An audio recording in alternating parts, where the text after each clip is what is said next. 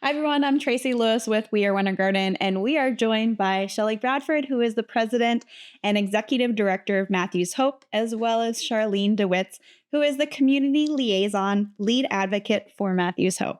Welcome to episode 35 of Straight Talk, No BS with Matthews Hope, where we will be talking about the role of advocates at Matthews Hope. Shelley, before we get into the topic, for those of who are watching and listening, where are we at today? We are actually at our Brevard campus. Right now we're sitting in the bride's room, and it is kind of a modern vintage vibe, and it's just beautiful. We've got old wedding pictures in here and, a ton of mirrors for brides to get ready, as well as we've got a groom's room, and it's nice and kind of like a cigar, smoky place. We have 6 acres here. So the great thing about, having your wedding here is you have a beautiful place to have a wedding, as well as it helps support Matthews Hope. That is so great. What is the name of this venue and how can the community find you? So you can actually Google Trinity Oaks at Matthews Hope. It's actually on our website. And you can see pictures of weddings that have taken place. And it's really amazing. It is very beautiful. Yeah. And Sharlene, is it true that you were the one that discovered this property and presented the idea of creating a second campus? I did. Tell me a little bit more about that. So every year between Christmas and New Year's, Matthews Hope takes a little time to recharge our batteries. And I had just started to see a lot of homeless people in the area. Mm-hmm. So as Scott will tell you, I poked and I poked and I poked. And I was actually looking on the web, and another property is what I was really looking at. And this one kept popping up. Wow. So finally, I guess just to make me happy, Scott came and looked at it, and we walked the property. And the funny thing is that we couldn't see in the windows because we're a little on the short side. so that's when I said, picture you guys just trying to. Yeah, it was one of those like, I'll boost you up. You stand on my back. Yeah. So that's when I said to him, well, how bad would it be if we called the realtor just to take a peek? And again, I think he did it just to make me happy. And we had the realtor come out, and I knew right there that it was perfect. I really did. I saw everything that we were already doing and then some, and I just think it was going to be a spectacular place. It's a really beautiful place and large. How is it different now from when you guys first seen it? Wow. Yeah. Wow. Well, there's 12 showers. Yes. That didn't even have a building. Because what was it before? Because the buildings, they were here, but you guys transformed them, right? Is that right? So it was the old Methodist church property. My understanding, it had been vacant for a couple of years, and multiple people had come to look at it, consideration as doctor's offices or a mall, that kind of thing. Okay. So I think really what happened was when Matthews Hope came and we were looking at it and we were interested, the church who, this was their church, but they had merged. Okay. They were real happy that it was going to stay within faith-based and helping people and things like that. So I think that was a win-win. You guys have really created a beautiful space for your guests and for those who are coming to utilize the church and the bridal suite and the groom's suite. What a blessing. So let's dive into your role here at Matthews Hope. Can you explain what an advocate does? We advocate. Yeah. Sorry. No, I love it. I can give you from my point of view. Yeah, definitely. I've been with Matthews Hope now for about 6 years, and I've worn a lot of hats, but this is my purpose. I often joke when the kids leave the nest, I was a little empty, and this is what fills me. So advocate can mean anything from helping in many different ways, whether that is walking alongside someone to help get their license back, or peanut butter and jelly sandwich, or a pair of socks, or a shower. But every once in a while, you do have somebody who tends to still try to go down a path, and you help them by saying, well, what are your other options? Okay. Because I think that a lot of time with the homeless, they think that there's only one way. We do not make it easy for homeless people to get out of homelessness. Wow. I think that we judge homeless people when we walk on the street. Not we as Matthew's Hope. Not we. Yeah. Not we. Yeah. People We in as general. society. Yeah. Okay. Yeah. Thank you. Yeah. But in general, Yes. I have even some of my own personal friends that when I hear them speak, I go, well, let me educate you a little bit on the whole topic and Good. what the reality is. And 9 times out of 10, they go, well, wow, I really never knew that. So I think that's really important. And I love on them. That is great. How many advocates would you say that Matthew's Hope has? I think we're all advocates in our own way. Yeah. Yeah. I mean, I have the title, but we're all advocates in our own way. And how long does it take one to become an advocate or become in kind of like the role that you are doing? That's an interesting question. That is. Really, when it comes right down to it, I want to piggyback on what she said about how we're all advocates in our own way. Matthew's Hope is centered around advocacy. We're centered around helping people move forward. There's nobody who is at Matthew's Hope who doesn't have the heart to be at Matthew's Hope to help advocate and help people move forward. That's great. For those of us who don't really understand the scale of it, about how many titled like advocates do you guys have?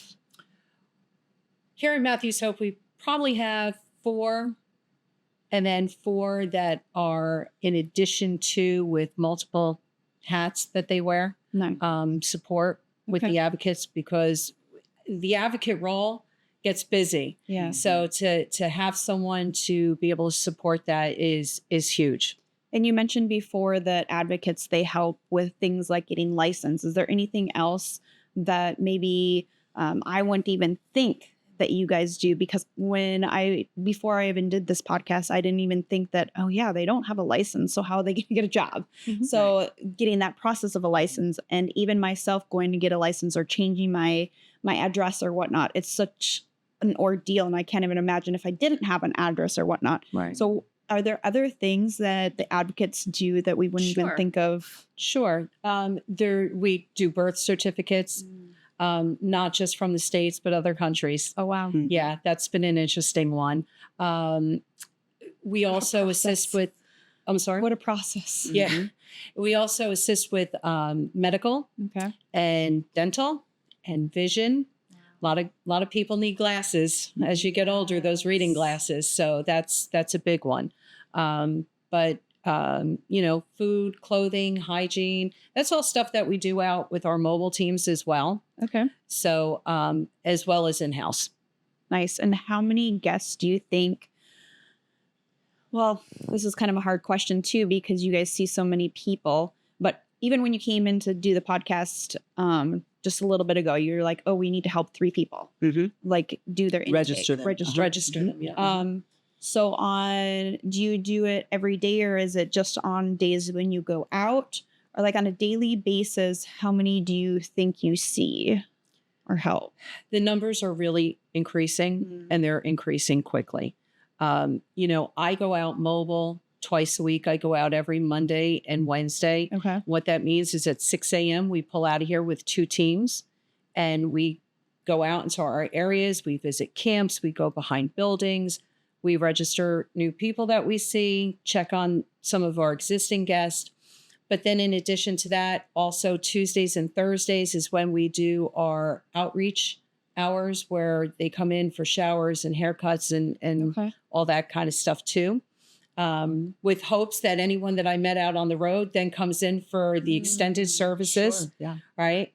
And Fridays, which is supposed to be my catch-up day, we have walk-ins. So there is never a time here that you're not advocating. Or another example is the camps are getting trespass left and right. They're getting moved. I have a group of people that, no lie, have been moved from their camps, the same people, 5 times in 2.5 months. Wow. Okay. So every time a trespass happens, I will get a phone call, possibly from the local police department that we're working with. So this way I can go out into the camp with, anything that they might need, garbage bags, whatever, and, try to I guess, soften the blow, so to speak. I always say to the officers that if someone told me that I had to move out in 3 hours, how much of my belongings could I actually grab and take with me? So this last camp, the last time that they were having to move, we actually got them a full week. And the police officers, that's that partnership with community that got them a week, because it's usually not that long. That's so important. What other challenges do you guys face? Because that's a huge challenge, and I'm sure you have so many more, like working with the guest as an advocate. I would say my biggest challenge out there, or with my people, is that the need for mental health is huge. And I say that not as a state, I say that as a society, that I just think that if we approach things differently and got the people who have mental health issues, that it would help a lot, including any addiction issues. There's a lot of people out there that are self-medicating. They're not addicts. They're self-medicating. Yeah. And again, if we could just somehow figure that out, that mental health. I think that it would help tremendously. Mm-hmm. Shelley, how important do you think it is for the overall well-being of Matthews Hope for these advocates? What if you didn't have advocates at Matthews Hope? I don't think that we could do it. I think we really need to have those advocates, because we need somebody who is boots on the ground, sitting there with these people, helping them figure out their lives. Mm-hmm. Could we do it short term? If we had to, sure. But long term, that is such a central part of Matthews Hope that we couldn't do it without advocates. It feels like it's like a foundation, because you said, absolutely. you go out there twice a week. Right. And if you weren't going out there and guiding them. So let me add to what Shelley's saying. If we didn't have the advocates piece that we have, okay, it would be just shuffling people around. Right. And we would be no better than anyone who's person. shuffling the homeless, playing the musical chairs. With us, I always say it is all about the relationship. I go out on the road. I know my guys' names. I know most of their backstory. Many of them have much more education than I have. You can't judge that book by its cover, because you don't know what has happened in their life. Mm-hmm. And I always tell anyone who I meet for the first time, and I tell them that they're going to do an intake when they come in, I tell them, we don't know how to help you unless we get to know you. Mm-hmm. And to me, that's the biggest thing. These people need to be seen as human beings. Charlene's really good about looking at the person and seeing the person and helping people feel comfortable. That's great. And that's not everybody has that gift. Mm-hmm. She's really good at that. Thanks, Shelley. And do you have any success stories that you can think of? And we talked about success before, right? Mm-hmm. Like, what does success mean in a homeless ministry? And I remember, Scott, and you mentioning, if we can put that smile on the face when they haven't had a smile for a week, like, that's a success. So can you think of, it doesn't have to be recent or what have you, whatever comes to mind. I can tell you right now, this gentleman's name is John. I found John in the beginning during COVID, I think, actually up in an area covered over by Winter Garden, by Orange County. And it was really strange. One day I was walking on property to the office and I saw this bike go by and I went, that looks like John. And I went, but I left him a whole county over, And all of a sudden John circled back around and I went, what are you doing in Brevard? So the last time I had seen John over in Orange County, he was struggling. I could tell you that he was sick. I mean, he looked almost gray. He probably was dying. And John is now in Brevard County with a full new set of teeth, new glasses. Wow. He has put on quite a bit of weight, which is good because he was very, He was very about thin. 100 pounds before. Yeah, he was. Wow. I honestly, I think we had the conversation yesterday. He said that he was like 125 pounds. Yeah. And to know where John was when I found him, Yeah. to see how far he's come, Yeah. and to see where he is, you know, it's amazing. And I always tell him, you know, he thanks me a lot. Mm-hmm. And I always remind him that, John, you're doing the work. I'm walking alongside of you, but you're doing the work. So, But what if he didn't have you? Do you ever think about that? He'd probably still be in a Apopka. he'd probably still be in a pop. Or in a pauper's grave.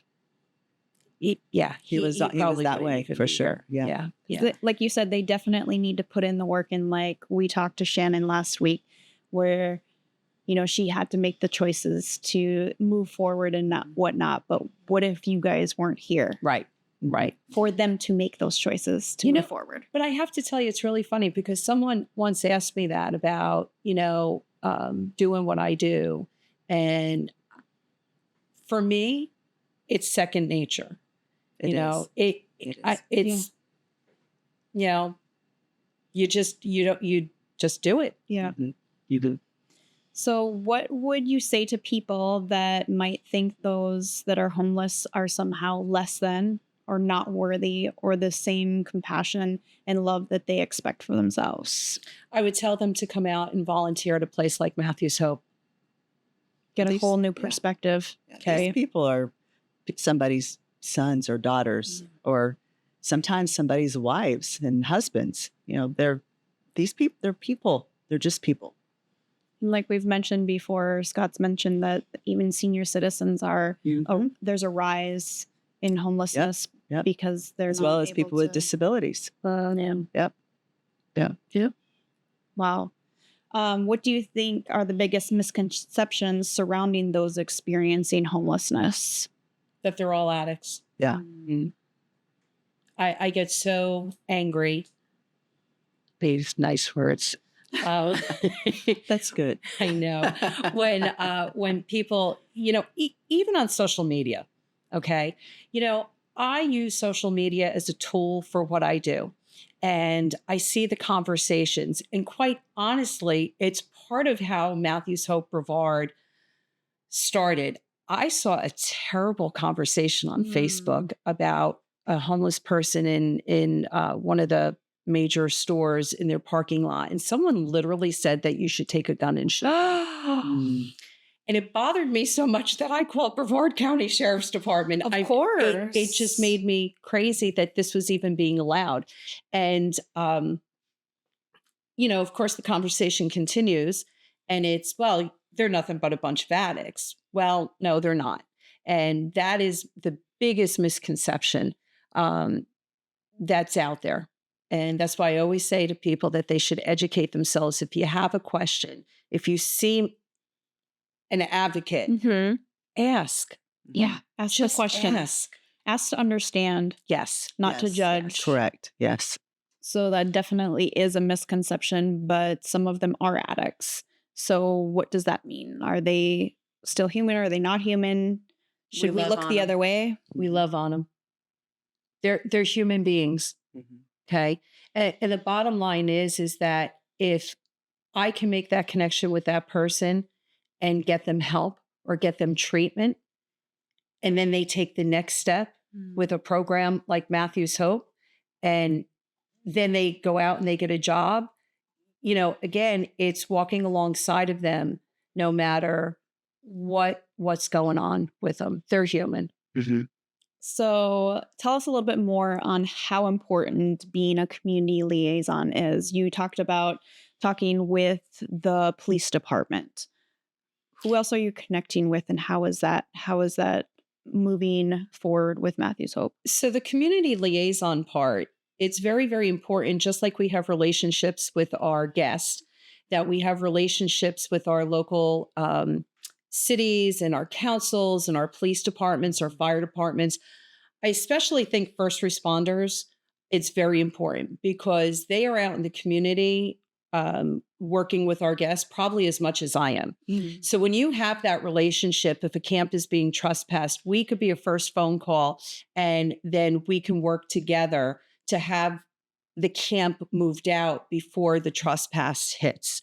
Because when they're trespassed, it's just a hamster wheel. Yeah. Okay. Right. So, but in addition, with the city councils and some of the local politicians and things like that, it's important for them to know what's going on in their cities and towns and counties as well. Some more receptive than others, but I keep trying.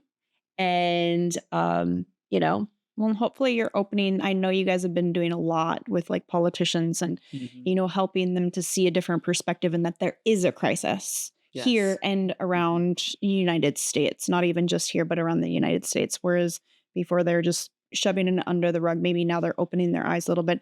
How about local businesses? Are you guys able to work with them because the homelessness may stop in front of their store? And I hear, even in Winter Garden, well, there's the homeless person here, this person's here, and they're causing problems when they're really just sitting there, honestly. But they feel like the homeless person may scare away one of their customers or whatnot. So what does that relationship work? How does that look like? So here in Cocoa in particular, we have pretty good relationship with the merchants. We have a couple of them that'll call us and say, I'm not sure if this is one of your people, but, could you come down and check and like that.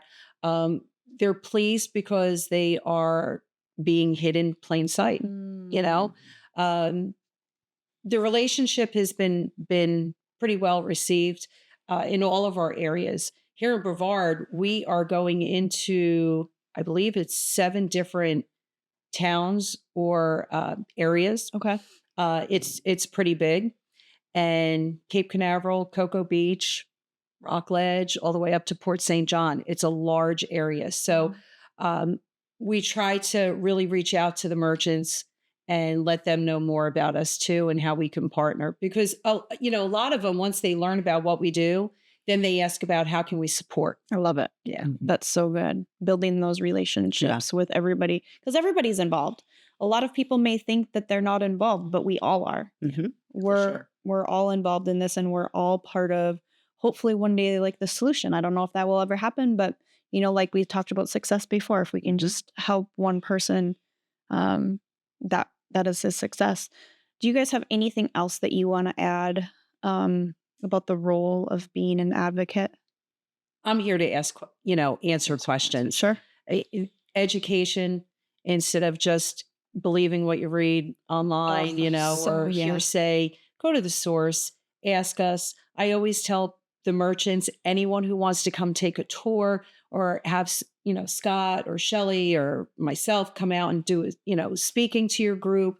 I can tell you I need some peanut butter and jelly sandwiches for my mobile team because my numbers are increasing out there. Okay. I can give you just a quick example is that we hit 76 people mobile on Monday. Wow. 20 of those people were people we never saw before. Oh my gosh. That is between the hours of 6:30 and 11:30. And you guys are out there all the time.